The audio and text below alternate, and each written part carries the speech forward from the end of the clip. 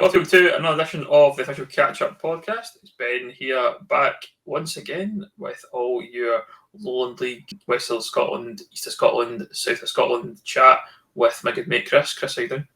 Yeah, not bad. I think an easy one today, mate. It's just mainly results. I think we covered quite a lot in the mid-season review. So, a few tasty fixtures, obviously, at the weekend. Absolutely. A few games, pretty much the full card in the Lowland League. Yeah, there was no games postponed or anything. I know there was a few games postponed in other leagues, but certainly the Lowland League had a full card, mixed bag of results, shall we say. But let's start off with one bit of news, I guess, that we can cover off quickly around our East Kilbride player, a guy that we've talked about plenty on this podcast, Cammy Elliott, aka Cammy Goals, gets a move to Dundalk in the League of Ireland. Chris? Yeah, bit of a shock, to be honest. Not in any sense that Cammy doesn't deserve a move higher up, but that was one that I probably wasn't expecting for him to obviously move to the top level of Irish football. Really good standard, obviously. You've got some of these clubs playing in Europe, for example, and it's a massive step up for Cammy. Whether he's going to be like straight into the first team, I'm not so sure, just because of the quality. I think it's a good move for him, obviously. But we've got to remember that Cammy's still a young lad. Obviously, he's only 23-year-old. I'd love him to start every week, but knowing sort of the quality and seeing the quality of the squad, I don't know. I think it'll be tough for him to begin with in terms of trying to break into the first team. But he's proven at this level, at Lowland League level, could he have went up higher in Scotland? Obviously, I think he could have. I'll be interested. I certainly will be keeping a close eye on Dundalk, just simply for Cammy. I mean, I believe they do have a history of signing younger players from the likes of Scotland, England, and whatever, and kind of giving the opportunity and the platform to progress as footballers. So, yeah, I'm quite excited for Cammy. Obviously, I think he would be full time now. So, really, he's living the dream of guys at this level. Obviously, get signing a professional contract. So, good luck to Cammy. Really happy for him. Obviously, we've hyped him up so much on this podcast that it's good to see any player get their chance, really. Maybe we'll do like a finder's fee from Dundalk, because I'm sure we talked about him plenty. And if anyone from the League of Ireland and Dundalk scouts have been listening to this podcast, then they'll know that we have a lot to say about Cammy. Yeah, I can only echo everything you've said there, Chris. He's fantastic talent. We all knew it. He's probably one of those guys that everyone's wanted to sign for quite some time, and I like the idea of him going to the League of Ireland because it takes him probably out of his comfort zone a little bit. If he can adapt and settle there quickly and he's get into the team, then who knows? He's 23. He could potentially make a big move and get back to Scotland or down to England perhaps in the future and really do well because he is so young. He knows what the goal is. But I think from East Kilbride's perspective, coming back to the Lowland League, that's going to be a massive loss for them. He's a major source of their goals. Yeah, was it 15 goals already this season in the league? So, yeah, it's hard to replace them goals. I mean, they have brought in, Curtis Lyle obviously left, who was on loan at them. He signed with Stenhousemuir, obviously, kind of replacing Connor Brennan, who I think took a head knock, who the former East Kilbride keeper. So it's a bit weird. I think Stenny are just looking at East Kilbride most sort of opinion. So, he was a big loss, but they kind of loaned in, a few pretty much on the aftermath of that, so they obviously knew it was happening.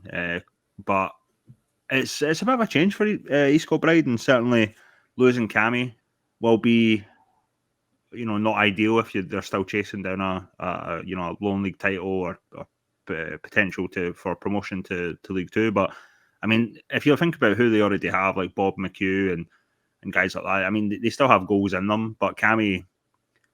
It's a difficult one because Cammy was, as you say, I think their main striker at East Kilbride certainly need the other guys there to step up and kind of recoup some of the goals that he would definitely have had in the second half of the season if he was still at the club. But disappointing for East Kilbride fans, but yeah, we can't begrudge Cammy that move. I mean, it's fantastic.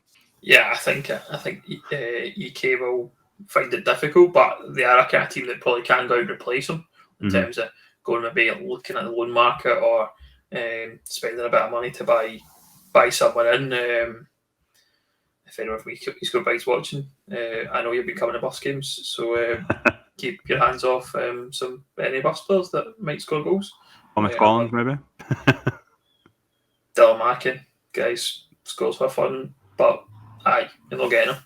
If I'm getting to do it, I'm joking, but I've got nothing to do with it anyway. So, but I know you've been watching the old Buffs a few times this season, the last few weeks. So I'm keeping an eye. Don't you worry, I'm keeping an eye. But we'll move on to the rest of the Lowland League. We had a full card of fixtures, and we'll start off with Berwick Rangers 1, Hearts B 1.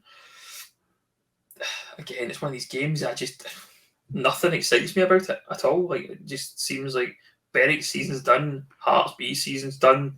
There's nothing really. It's a draw. There's just nothing really for me to get excited about.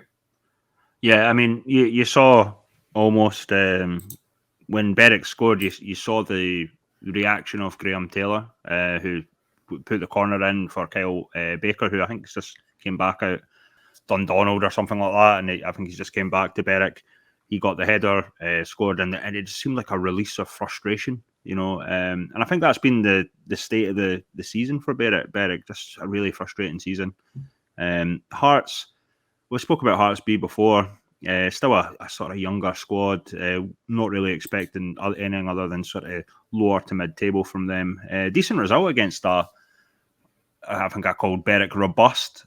These are the sort of teams that I would find the B teams or the younger guys that struggle against. So it's a really good result for Hearts B in the end. But yeah, Berwick, not so many losses recently, so I think that's a positive. But yeah, again, the issue is they don't score bucket loads of goals, I would say, and that's again, it's a constant criticism of mine. I think if they had not to say they don't score goals, obviously, but they just don't score loads. I think there's a sort of another team we'll get into, which is a bit surprising, but it's almost a bit of a sort of mid-season fair now of two teams that are not going to be doing much now. Given obviously Berwick have focused on the league this season, and they're not really in any cup competitions either. It's going to be a bit of a meh one for them, I guess, as well. Next one then, Cali Braves 2, Trinent 3. Trinent getting another win on the board, keeping close at the top of the table. So all they can do is beat the teams in front of them. It seems like another good win for Trinent. They all they want to be there is there or thereabouts. Whether it's the top of the league, obviously they want to win the title per se, but if you can finish second or potentially even third with LTP, then you look at that potential promotion playoff. Yeah, Cali Braves 2 goals came from the penalty spot. Obviously, our man Mark Kelly putting them both away. I mean, obviously I don't think he misses penalties. Obviously, I don't want to jinx him. I've already tried to jinx him. He's tried it. He's failed. He scored an R2, so let's forget about Mark the Mark Kelly jinx. It was an interesting game. Obviously, I think like most games yesterday, the conditions were really, really poor in terms of the rain and the downcast and all that sort of stuff. But Trinent, fair enough, it's a really decent win for them. I think they were both down to 10 men. Obviously, Craig Barr, who's a key player for Trinent, so he got sent off, and then Luke Main, I think early into the second half, got sent off for Cali Braves. So it's I think that game had a bit of everything. Obviously, Cali Braves looked like they could get back into it at a certain point, but Trinent held on. It's a really decent win for Trinent. I said, especially against a team like Cali Braves that we know can go out and put a lot past teams. So to keep it kind of really tight and potentially get back into the game for the Braves was a really hard fixture, but well done to Trinent for getting the 3 points out of it. Yeah, as I said, they're sticking up close, and no more so than myself. I said this earlier on the season, but it surprised me, but they've turned that around and they've had a good bit of form. They seem to be fairly consistent, a couple of defeats, but by and large looking pretty good at the top, and it's all about probably, I guess, for them beating, you would say, Spartans and At this point in time, EK still in uni are the teams that they really need to focus on beating, because let's be honest, the Rangers B and Celtic B still firmly believe they'll finish by the top one or top 1 and 2, and you just want to be best of the rest. That's all it is. Let's be honest, and don't see why Trinity can't do that given their form and the way they've been playing. Next game then is Celtic B 2, Gala 15 Rovers 4. I think we can call this one a bit of a surprise, given Celtic B's kind of last bit run of form, 3 wins in the last four games. We thought they were looking good, and they're climbing the table well. They've got a couple of games in hand, obviously, so that's not going to be a massive setback for Celtic B, but plenty of credit for Gala to get the result against a good Celtic B side. Yeah, obviously Xander Murray's a big loss for them in terms of goals, making a move to Bonnyrigg. Obviously a decent move for himself, but yeah, Joey Dawson got the 2 for Celtic. Obviously he's again kind of their main scorer at the moment. So Gala, I read somewhere that it was probably their best half of football that they've played this season, which kind of makes sense. They've had a couple of boys on loan, which I think have made the difference there as well. So Lewis Hall's had a brace in the game as well. A guy I quite like, Lewis. But to say it was anything other than a surprise I'd probably be lying, because it's one of those ones that's kind of it kind of shows the Lowland League sometimes for what it can be in terms of surprise results. We seem to have at least 1 or 2 every week getting, and that's certainly a surprise for me. But fair play to Gala if they played well against a Celtic B team that was on form. Full credit to Gala there. But again, I've not really seen much from Gala. I've not really talked about them as a team that's going to be this sort of top end, and they usually are. In fairness, I think they had a half decent season last year, but I don't think we've really talked about Gala in depth at all this season. They've just kind of been sort of middle of the run table, and we've not really given them a lot of credit. So that certainly was an eye-opening result for me. Another probably surprising result would be Cowdenbeath 2, University of Stirling 0. Uni obviously sitting 5th in the table. A couple of wins back to back against Gretna and Edinburgh Uni, obviously last week. But would have thought Stirling Uni personally would have beaten Cowdenbeath. Cowdenbeath are a team that obviously struggled towards the start of the season, picked up a little bit, dropped off a bit again in terms of form, but got back to winning ways on Saturday.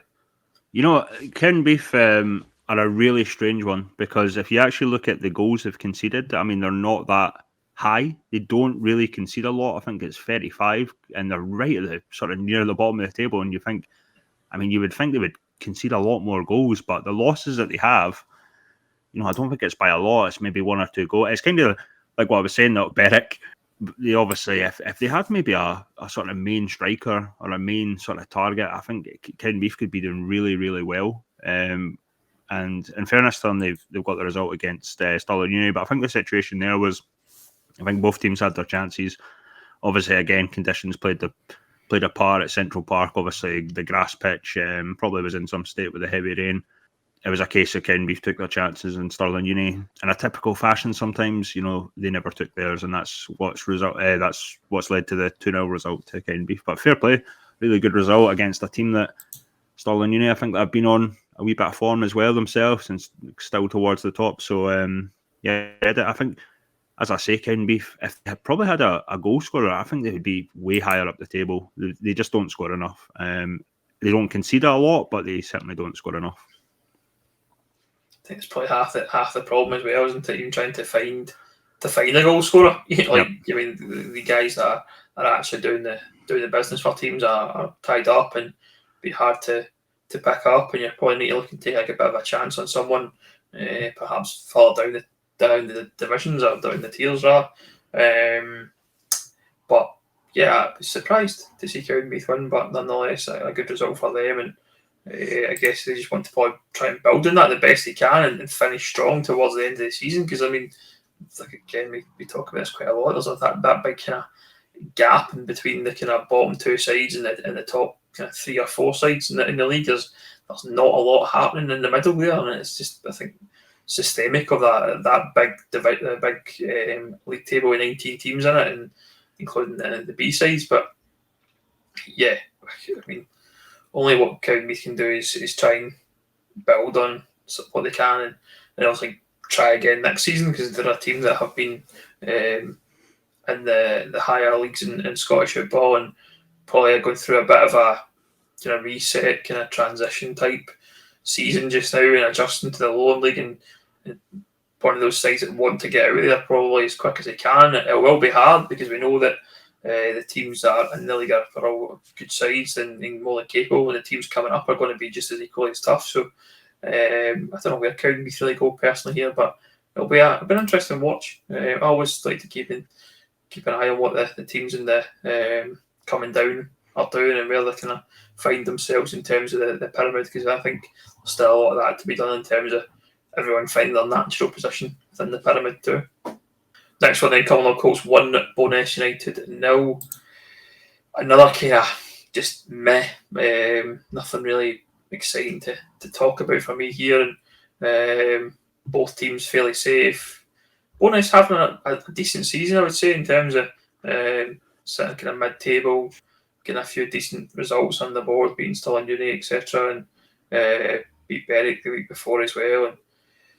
But Cumbernauld, again, probably quite similar in a lot of respects to Bo'ness United. They're getting results and just lack that consistency. There's a good result against East Kilbride a few weeks back, and but again, looking to finish strongly, just like Cowdenbeath.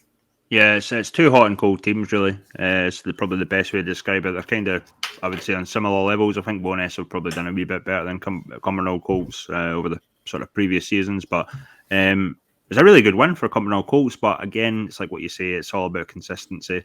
I mean, they could beat Bo'ness and then get beaten the following week, and it's similar with Bo'ness at the moment. They could, take the loss and then back to winning ways next week. And this is what makes the league really unpredictable, I would say, especially for these sort of middle to lower teams. In fairness, even anyone sort of below the top 8, I think is probably it's tough to call at the moment, because we've seen teams like Berwick, Cumbernauld, Bo'ness picking up wins, East Stirlingshire obviously as well.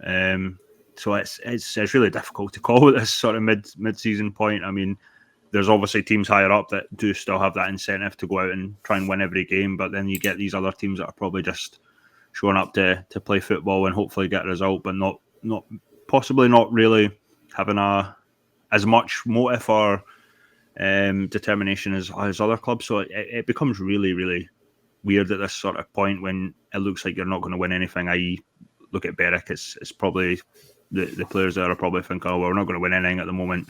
Let's just try and win a few games and see how it goes.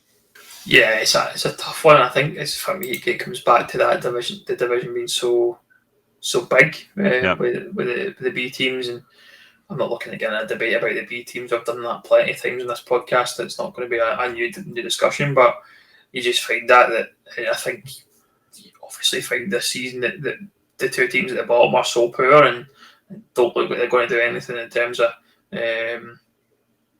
catching anyone even in 17th place. Talking about like Shire being in 17th place, they're 13 points clear of Edinburgh Uni, and neither Edinburgh Uni or Dalbeattie Star look like they're going to do anything to catch them. So the rest of the teams are just kind of going to play out the season. And so where do you see that line, Chris, in the table? Is it probably like are East Kilbride still in the hunt, do you think? Or do you think that you class them as maybe out of it with a gap that's 43 points? East Kilbride are on with a game in hand on Trinent, who are on 51, so they're 11 points behind the best of the rest, if you want to call it that. I think it's really difficult for East Kilbride simply because obviously Celtic B have a game in hand. They played the same kind of number of games as Rangers B, but 46. I mean, I would hesitate to say that they're completely out of it, but they've given themselves a really massive challenge, and obviously losing a player like Elliott does not help at this sort of point in the season. I think they would probably have to bring in At least a couple more players. They've replaced the keeper really fast. Obviously, Curtis Lyle, as I mentioned, kind of went out, from his loan deal to move to Steny. But I think Max Curry's a really decent keeper. But I think they certainly need another striker in now. With all due respect to the guys that are still there, i.e. Bob McHugh, I think it's going to be difficult. I don't see. We're talking about teams, i.e. Spartans, probably more recently playing all the top teams. When you get to that sort of lower end, when they start playing the lower end teams, that's when you're not expecting them to drop points. And I think we're getting that. We're getting there basically for the likes of Spartans, Celtic B, Rangers B. So I think it's going to be very, very tough for EK to even kind of get back into it. What about Stirling Uni? Do you think they've got a chance? I would love to say so. Obviously, they've got the fitness levels. Not sure how it's worked really with the Bucks so much this season. We've not really seen the effect as much. Obviously, there'll still be Bucks games coming into the new year, and I'm sure they'll want to retain their title also. But I'd love to say I could imagine them winning it, but at the end of the day, that's probably not the priority of Stirling Uni compared to maybe a Spartans who look like they really want to go out and win it now.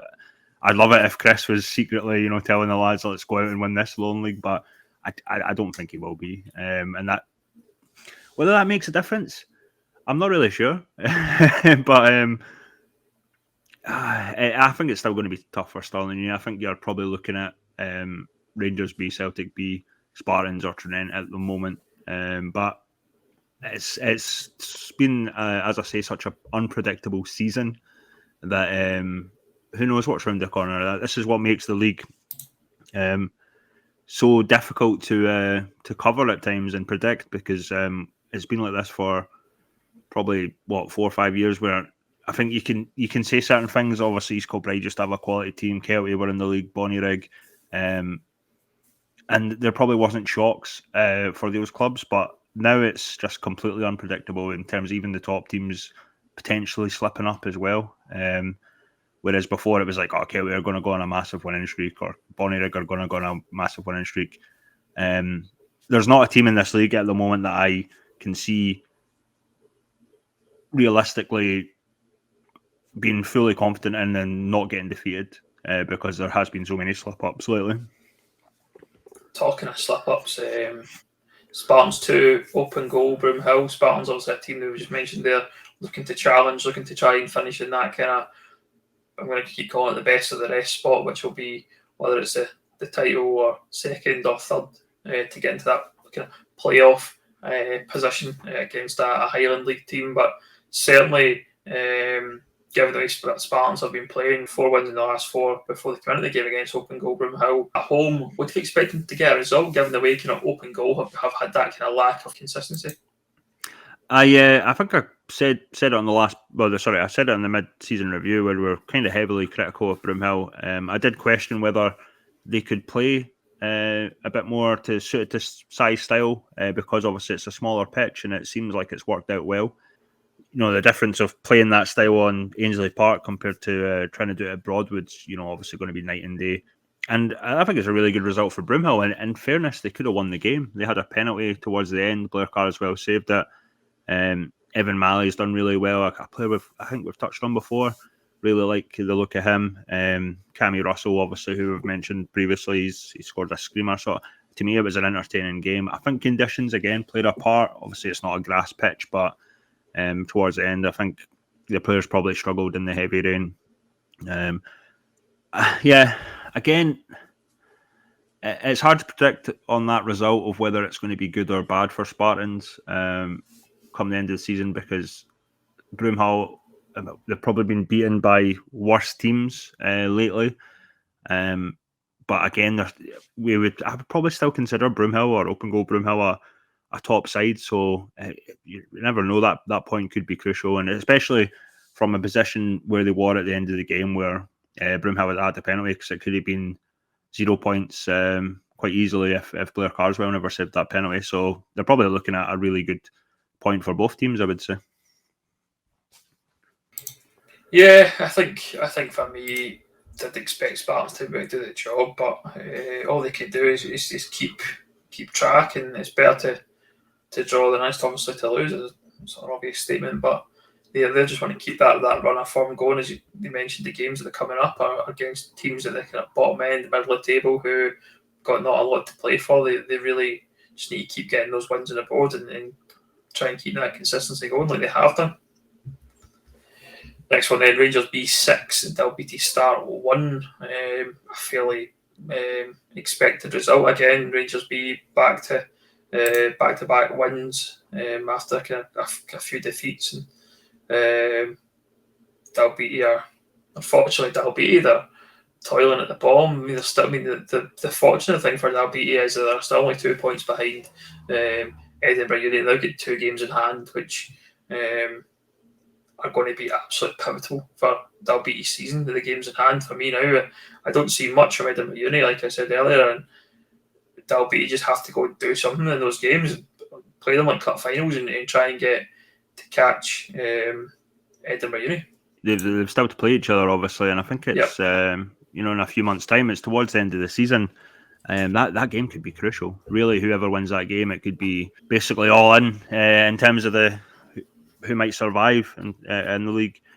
I mean, I think one point we have to really pick up on the B teams is the fact that I looked at the Rangers B lineup against Dalbeattie and comparing it with a team that played Civil. I mean, Alex Lowry came in the team when he played Civil, scored a hat-trick. I think Leon King was also playing. I mean, there is still a wee bit of pick and choose. It's like Rangers, we saw it a wee bit last season where before Owen Moffat moved to Blackpool, he was coming in against the likes of Spartans and maybe not playing against a weaker side. So I think the Rangers and Celtic still have that wee bit of we'll play our better players against the better teams and then switch it up against the perceived weaker teams. So there is a wee bit of that, and I think I do find it I think clubs probably find it a wee bit like a wee bit of a nonsense. It's like you should still.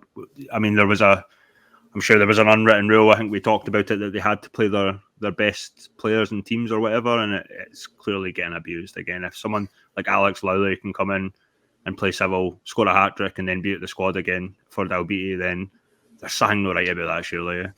It's probably one of these ones you can't really implement as a rule. Like it's like obviously some sort of gentleman's agreement type thing, but you can't make it a rule or anything like that. So they can do what they want. I think the thing for me would be about the B team is maybe changing the rule to maybe make it that once you've played like even one first team game or something like that, then you can't play for the B team. That you're kind of voiding your B team kind of registration, if you like. At that point, maybe that's a way to control it, but certainly there's no real way. As you say, they've got such depth in squad as well. You've seen that the guys, I think Zach Lovelace we talked about is injured and he's out, but he's not. Oh, he's not. No, he was on. There was a rumour going about because we hadn't seen Zach Lovelace for a wee bit, but I noticed he was on the bench against Dalbeattie, so I don't know if it's just been a minor thing. Right. But in fact, that was probably my fault, Ben. I did say to you that Zach Lovelace was out for the season because that's what I read somewhere, but apparently he's not. Follow again. No, apparently he's not because he was on the bench against Dalbeattie, unless it was some sort of lineup error or something. I don't know, but yeah, I mean that would have been a massive loss had he been out. But yeah, I think he's obviously taken a knock somewhere, and maybe it's a case of he's Superman and he's back really early, or he's not going to be out for the season, or it's not been as severe as we first thought. But unless there's another Lovelace playing for Rangers, I don't know. It's maybe a case of that as well. Signed his brother, Andrew. Who knows? Final game then in the Lowland League. It was going to East Stirlingshire 0. Good result for Gretna. Again, though, a team for me in that kind of middle bracket, not really going to do anything exciting. Not going to be worried about anything below them. Certainly, Shire 3 defeats in a row now, Chris. The Sandy Clark bubble has burst by the looks of it. Yeah, they brought in Andy Rodden on loan, which is a fantastic signing. Obviously, Andy's well loved by the Shire faithful. Kind of allows Sean Brown to push up if he wants to. I know they still have Dean Watson down the left. So I feel it was, from what I read, a really uneventful first half. Probably the most uneventful half of football you'll ever see, apparently, according to the people that were watching the game. So Gretna just came up, cut through the middle, which is probably a weaker point in the Shire team, I would say, because obviously all their power's kind of down the left with guys, as I mentioned, Andy Rodden, sort of Sean Brown, Dean Watson. So yeah, good result for Gretna though. Again, it's probably one of those that's these teams are safe, aren't they? They don't really have to do much in terms of getting results now. There's probably a lot less pressure. Really good to see Dan Carmichael, obviously the Gretna sort of mainstay man over the last few years, getting in amongst the goals, and I think a trialist got the other one. I don't know who the trialist was, so I don't know if he'll sign or not. But Gretna, the issue with Gretna is I think it's been an issue over the last sort of couple of seasons, but there's just so much in and out there in terms of players. I think it's really hard to get that sort of squad balance and squad harmony. It's okay changing things, but you do it kind of sparingly. Whereas Gretna are like, oh, he's had a bad game, let's chuck him out. Or let's get rid of 3 players, let's bring another 3 in. I would probably question the management in that. And it's not certainly just been Michael McIndoe. There's certainly been previous managers that have been the same. It's like players can have bad performances. Whether you trust them or not going forward is really up to you. I'm not questioning, but there's been good players at Gretna. I think that have been probably chopped really unnecessarily. But again, I'm not the manager, so I would just say that probably doesn't help their situation, I would say. Yeah, it's a tough one. I think we've said it before. A team kind of lack that consistency. They're not even in the starting lineup. You're seeing that, and just seeing guys missing. You don't really know why either. I think that's the other thing I keep noticing about the Gretna team is that maybe when someone does go out, there's no real kind of major explanation about guys missing and all that, and you wonder if they're actually still playing for Gretna sometimes, and they appear back in the lineup out of nowhere. But at this level, I think you expect that though, in some regards, that you just don't know what's happening with players. I'm sure it'll be a question I ask certainly before February to some clubs, like, okay, what's this guy doing? Where is he? Got football management stuff to do. Still got to update that Buffs Corn Rangers squad as well. I noticed. Yeah, send me the info. Right, we'll move on then to the East Scotland Premier League, and we'll start off on the Friday night. It was the 1-0 win for Lothian Thistle Hutchinson Vale over Greenfield Swifts. A good result for Hutchie. They're obviously down at the bottom of the table, kind of struggling a wee bit, but a good win against a good Greenfield side. Yeah, a really, really decent win, knowing how Greenfield have been. They're always a sort of top-end team. I was surprised at that result, and obviously I saw the reaction of the Hutchie Vale guys. Didn't get tagged in any of the highlights actually, so I don't know if they posted anything. But no, it's a fantastic win. We've kind of we've talked about Hutchie Vale more positively, I would say, recently. They've started getting kind of wins here and there. That's an epic one, because at the start of the season, more worried about them than other clubs, but they seem, as I say, I think they're similar to a lot of the sort of bottom sides in other leagues where they can pull out a result here and there, and that's a fantastic result against a decent Greenfield side. The only thing probably Hutchie Vale have is that they have played a lot more games than the teams below them. There's obviously postponements and what have you. Have meant that you've got the likes of Hillabeath that are five games behind them. Blackburn, they're 2 games behind them. And I guess obviously Oakley and Vale even look like they're gone at this point and still not got a point on the board after their kind of deductions for playing their ineligible players. So they're going to struggle to get out of that bottom 3 to stay up. So it's all about that last spot in the relegation battle for those teams in and around kind of 11th to 14th within the division, and it'll be an interesting one for Hutchie to see if they can pull themselves out of that a bit more, because they do have those games already on the board that the other teams don't. Next game then, we'll jump across to the Saturday fixtures, and a fairly straightforward victory for Linlithgow Rose, 1-0 win victory, 1-0 win over Inverkeith and Hillfield Swifts. Linlithgow Rose are Linlithgow Rose. They just find ways to win every week, and get the job done, and they're now 15 points clear at the top of the Premier. We've said it all along, they're champions elect.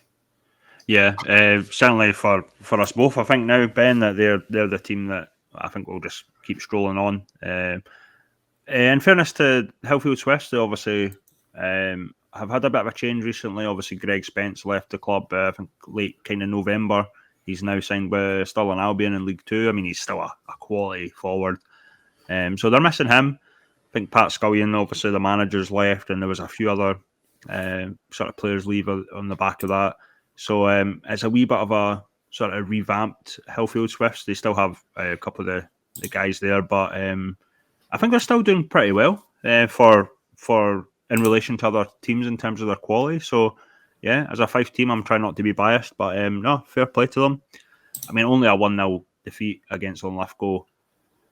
It does, again, it's a defeat. It probably, you look at it and say, well, you've not really won anything, but to only get defeated 1-0 off of Linlithgow is probably a decent for most teams, because we do know that Linlithgow can put 4, 5, 6 past most clubs. So yeah, they could probably take a wee bit of heart from that result, despite the loss.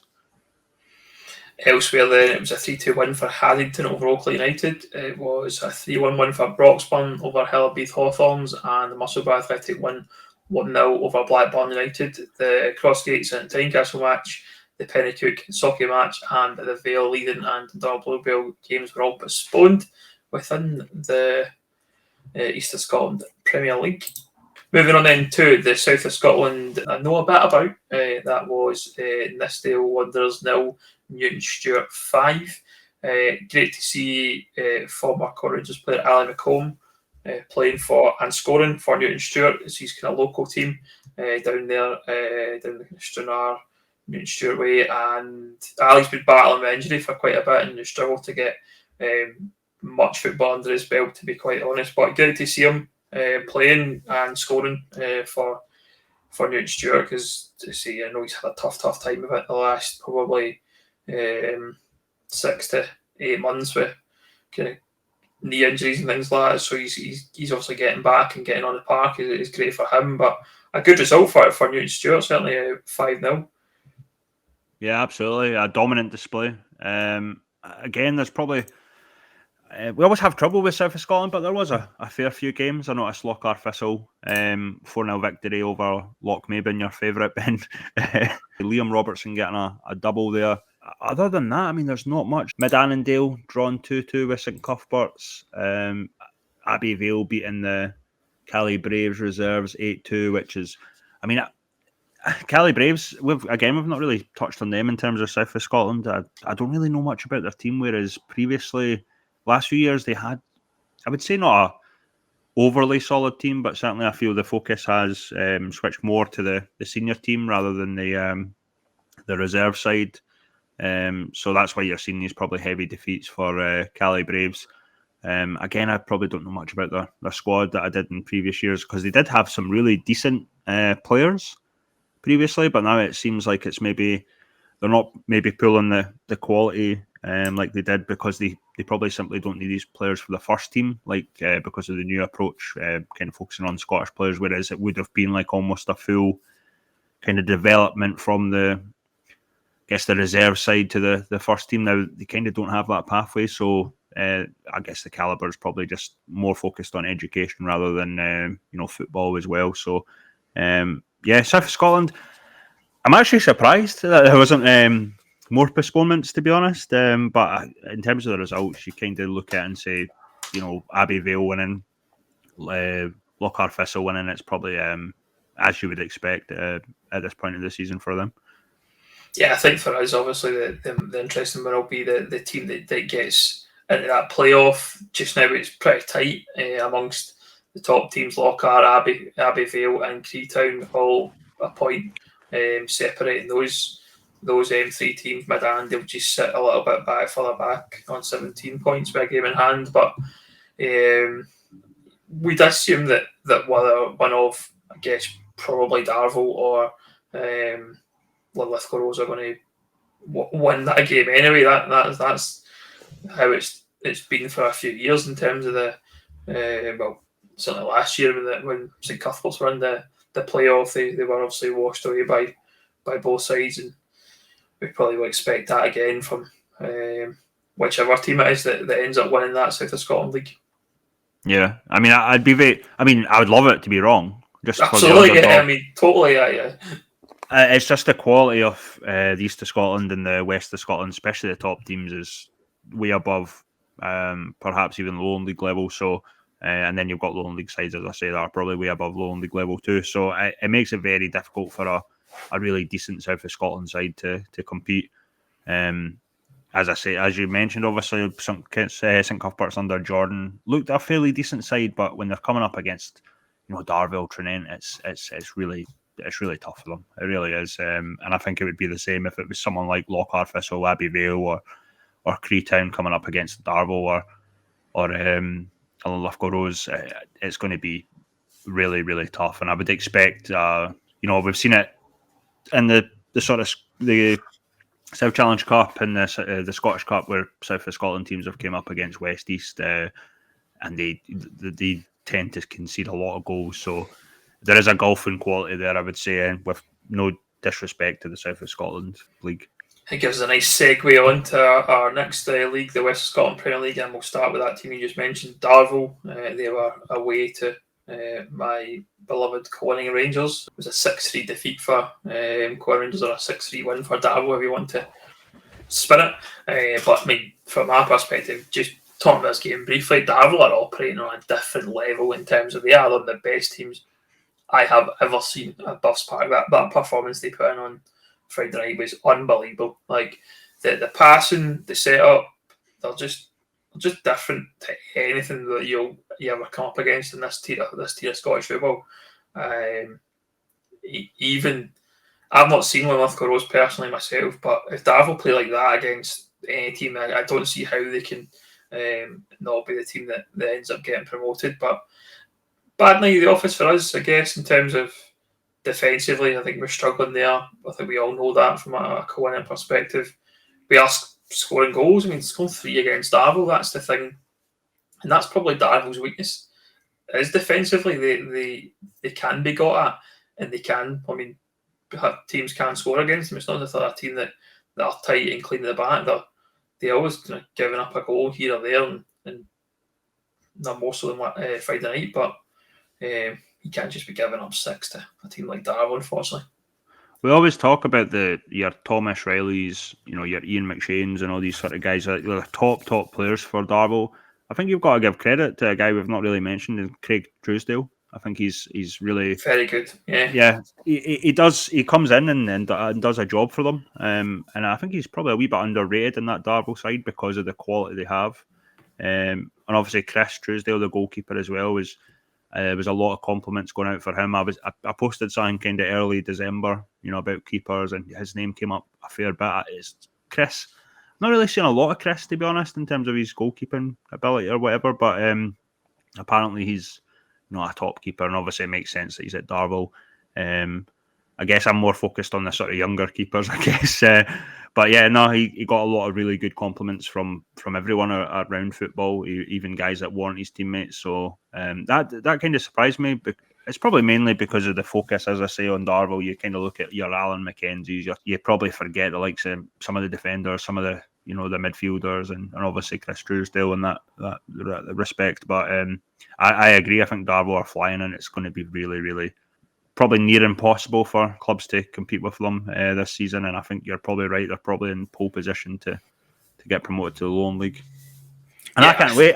I can't wait because it'll be interesting to have Mick turn up at Lowland League meetings, I guess, or be involved in them discussions. Or John Gall, maybe perhaps instead of Mick, maybe John Gall. Character we all know plenty about him. What's that saying? Ruffling the feathers. I think, I think Mick's going to be a handful for the Lowland League. We've seen some of his tweets, so if there's anything to go by, then it'll be certainly interesting. But yeah, just back on Darville, like we've talked about their squad depth. You mentioned those guys. I mean, on Friday night they're able to take off Ross Meakin, Chris McGowan, Alan McKenzie, and Andy Stirling, and bring on David Syme, Jamie Glasgow, Thomas Riley, and who was the fourth sub? I should know this because I made a big deal about it doing the announcements and getting it all right, and then it turned out it was actually 4 subs I made at once rather than 3, and I was raging. But anyway, yeah, I mean, the squad depth's ridiculous, and the fact that guys like Thomas Riley are on the bench, I find that it's mad. But as you say, the guys like Truesdale are obviously keeping them out of the team, and Truesdale being one of those players that was playing kind of kind of lower level or something, a lower level team within the Premier League kind of last year, brought in by Darvo, and he just looks like the part, and I think he even looks like he's came on even more so for playing in that team. I think you play and train with better players, you're only going to improve, and I think that's noticeable across the whole Darvo team. There's players there that I look at and go, that last season they were average at best, and they're maybe the weak link within the team, but you look at them on Friday night and you go, they've stepped up big time in the last couple of weeks. Obviously, from our perspective against Darvel, they had their Aberdeen Scottish Cup game to look ahead to as well, where those players are playing for the jersey and trying to get a start in that game. So they've came out, they were absolutely on top. We started well in the sense that we got the first goal, but they've gave up 3 goals from set pieces, individual errors and things like that, and it's just, you just can't do it. It's just not acceptable when you're playing against such a good side. But we're not looking to compete with a team like Darvel this season. That's our battles are against the likes of Hurlfords and Cumnock and Arthur Meadow, Clydebank, etc. They're the teams that we want to be beating, and probably think we're at a similar level to it. Perfect scenario is that Darvel do get promoted this year, and they get out of the division and let that division be a division for probably 4 or 5, maybe even 6 teams challenging, and it could be anyone that could actually win that title. But moving on to the games that happened on Saturday within the West Scotland Prem, it was 7-1 victory for Beath versus Petershill. Petershill absolutely toiling. Beath, a team flying under Christian. We talked about it last week. Put 7 past Petershill. They look like they're probably just about done as far as I'm concerned. I think I don't see them catching anyone really and getting out of that kind of relegation spot. They're sitting down there on 7. Don't get me wrong, they're only about 5 points, 6 points behind ourselves in Troon, but I guess they've played 16 games. We've only played 11, so we've got 5 games in hand and things like that. So one comment on Petershill, I have noticed that I don't know if it's just because of the situation of the club in terms of relegation, but they have had so much turnover in terms of their players. I mean, guys that they signed in the summer thinking they'll do a job, and I think you mentioned Joe Taylor. Obviously, he came from Petershill and signed with Kilbirnie. I mean, that's the turnover at Petershill is just crazy at the moment. In terms they changed of their manager, didn't they? So I think they changed their manager mid-season. The previous manager brought in some guys like on loan, for example. I know they took Craig Leach from ourselves on loan, and they kind of decided they didn't want him anymore and just kind of ripped up the loan deal. And it's probably been a bit of that. They've just kind of, the guys come in, want his new ideas and his own squad, and he's trying to get players in to try and. But who really wants to go like Petershill now? If you're sitting solo at the bottom of the table, it's not going to be fun to go and play football and sit there and get beat 7-1 off a team like Beath every week. Next game then, Cumnock Juniors 0, Hurlford United 0. Seems like a pretty dull, boring, cold game at Townhead Park between 2 sides that are kind of sitting kind of towards the top of the Premier League. Certainly Cumnock kind of struggling a little bit with form. Hurlford are kind of inconsistent as well, and Cumnock obviously started the season really well.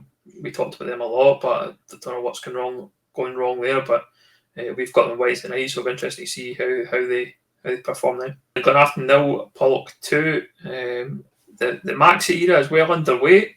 Shall we say it, Pollock? Getting results, signing players, seems to be going in the right direction for Pollock.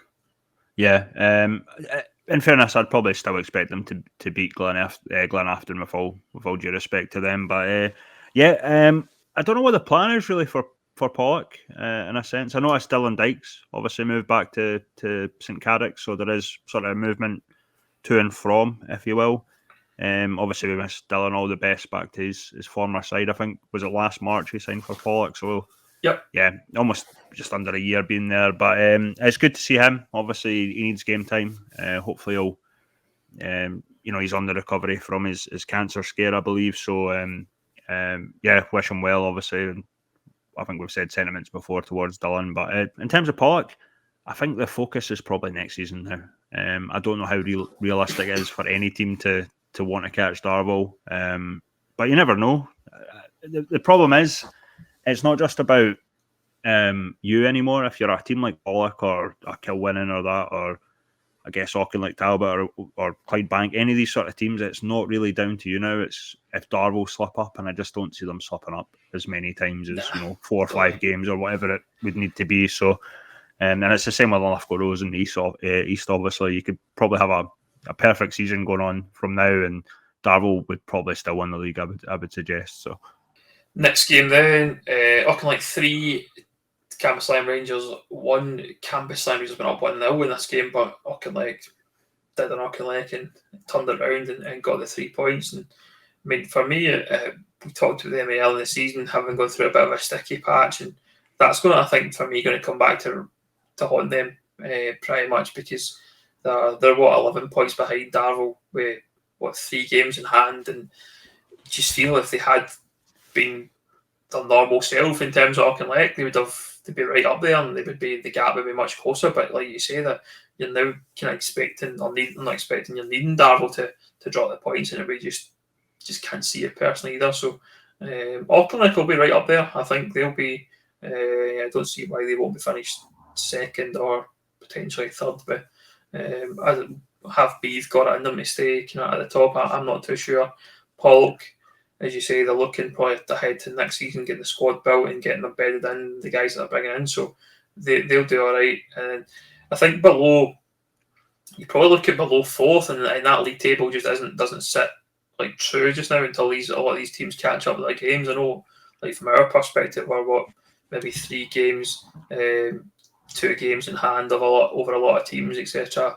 Kind of high up the table. So yeah, I think there's a lot of football we played within the West Scotland Premier League, and I'd certainly expect Auchinleck to be right up there.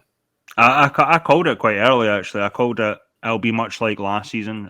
Pollock is my dark horse, so I think that's how it's going to end up. So yeah, I should maybe focus more on the West, Ben, if I'm going to be calling it right. But to be fair, a lot of my knowledge of the West obviously comes from guys like yourself, Ben. So I couldn't see past Darvel. Obviously, I didn't expect Auchinleck to have the start that they did, but they're still in it, I would say. So I think you're right. I think they probably still will be high up, and obviously Pollock, I think will still be up there as well. So I'll be happy with that result at the end of the season. If I'm called right there, probably not so much with the Lowland League. Obviously, I called Berwick as my dark horses, and I think Dundonald is the ones in these. So I probably called them wrong. But in terms of, obviously, I called East Kilbride as well, which it's not so great for me either. So they're all right in the West, South. Final then game to talk about in the West Scotland Premier League is Clydebank 4, Troon 1. A decent result for Clydebank, getting points on the board and a few goals against a Troon side who look like they're kind of struggling a little bit. They are obviously a team, another team with plenty of games in hand, and they're probably sitting a little bit false in that division, but certainly an interesting one to see. Yeah, I think the big story there was, I think, Gordon Moffat's 100th game in charge of Clydebank, which is a really good achievement. Not a lot of managers in this sort of modern era at any club make it to the 100 games, because obviously with the nature of football, you start losing a few games, you're at the door before you know it. But I think Gordon's done a really good. I swear calling him Gordon, actually. Moff, I should say. I know he didn't like nicknames. Totally. Yeah. Gordon, Sunday name. I think his Christian name. I think Moff's done a fantastic job at Clydebank. I just think obviously the history of the club and the supporters around the world, the streams and stuff like that. I mean, they're well backed, I would say. But Moff's a top quality guy, and I'm really happy for him. And I think we've called out Clydebank before as one of the sort of good guys, the media team and whoever else there is. I really like the club. So, in terms of Troon, again, it's a weird one. they were doing. We praised them quite a lot in previous seasons, but now they're falling away a wee bit, I would say, and it's hard to put a finger on it sometimes with these clubs. What's kind of went wrong, or can they improve? But again, it's tougher leagues now. Teams are improving, and these guys like Troon they either go one way or the other, and it's mostly down for a club like Troon, isn't it? I think you're right. I think that's an important point to bring up, is the fact that the league is improving so much, and the teams in that league now are all good sides. I mean, probably talking about teams from last season's top 12, 13, whatever it was, are all decent sides. I think you're seeing the teams that are struggling, the likes of Largs, Troon, Glenafton have been teams that are probably struggling a wee bit, but certainly everything's improving. Yep. You're seeing like the licenses and things like that for clubs, and clubs are looking to be better off and on the park, and that's very apparent now, I think, for me within the league, and it's only going to get higher. The other thing I think you're seeing with the West Scotland is some of the transfer fees for players at the moment are absolutely ridiculous. Like, not a lot of teams are obviously publishing their transfer fees for players for whatever reason, and someone did blame me the other day for the fact that I set the benchmark for David Symes' transfer to Darvel from Cullen and Rangers, and people know how much he's 12k, was it? 12k, yeah. So that is a lot. Yeah. But you're getting. I mean, I've heard stories in the last week of teams within the West Scotland First Division, for example, looking for thousands of pounds for players. We're talking thousands. I'm not talking about teams like St Cadoc's and Drumchapel who have got decent players and capable. We're talking about teams that are like further down the division and basically looking to try and get a bit of dough for their players, and they're better players, which just living in fantasy land. You're seeing guys like George Sewell going to Cumnock for decent money, and that's probably half the problem for teams like the likes of Troon, and maybe likes of like ourselves and Largs, who maybe don't have the same kind of budgets and same money to throw around it to buy players if you need to make a change in your squad. And it's an interesting one in the West, I must admit. Just a comment on that, just because we recently commented on Clydebank, I think they're quite sensible. I mean, if you look at who they signed at the summer, I mean, it was sort of guys from the top amateur side, so they wouldn't be paying hefty fees. No, I don't know if it's buy Danny McKenzie from Paul, which was a few bob from what I know. But I guess the money, it's just modern football. I think we all try and pretend that it's sort of English Premier League now, and these times of fees and fast cars sort of stuff. But I mean, come on, guys, it's non-league. Exactly, 100%. Well, that's it from us. Catch Up, get us on all the social media platforms as ever, at Official Catch Up, Twitter, search us on the podcast channels, YouTube, like, subscribe, do all that good stuff like we do. And we'll be back next week for another episode talking about all your non-league football within Scotland.